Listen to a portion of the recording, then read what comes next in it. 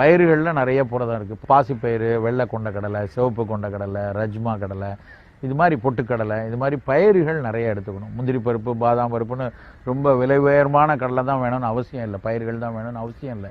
இந்த சாதாரண பயிர்களே உடல் எடையை கூட்டுவதற்கு நல்லாயிருக்கும்.